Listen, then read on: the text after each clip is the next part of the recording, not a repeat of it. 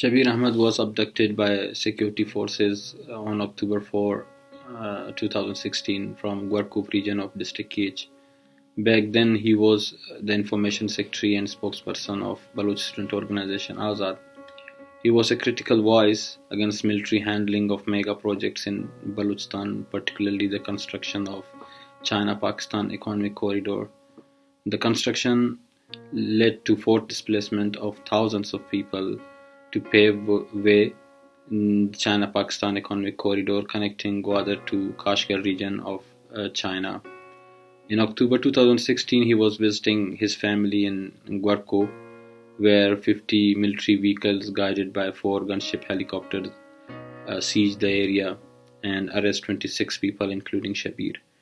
The next day, military issued a statement in the media claiming to arrest 26 people, including 6 members of banned organization. Except for Shabir Ahmed, the rest of the abductees were released in the course of days, months, and years. Shabir's whereabouts are still unknown.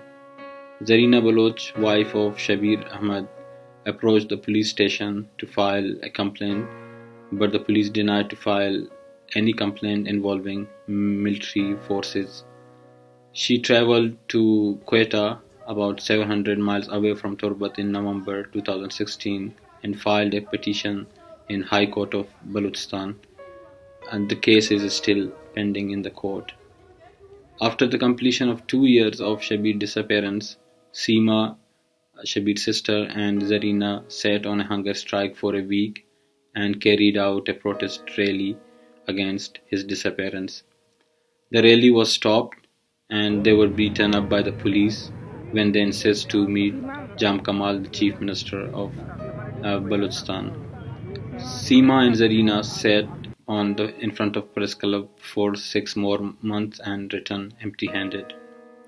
After completion of 4 years of Shabir's disappearance, Seema is again in the roads of Quetta, begging and having a very simple demand that if there are any charges against Shabir Ahmed, he should be produced in a court rather than punishing his entire family. Human Rights Council of Balochistan share Seema and her family concern about well-being and fate of Shabir Ahmed. If the constitution cannot protect the right of a political activist and his family and guarantee to held accountable the perpetrators, what else purpose does it serve?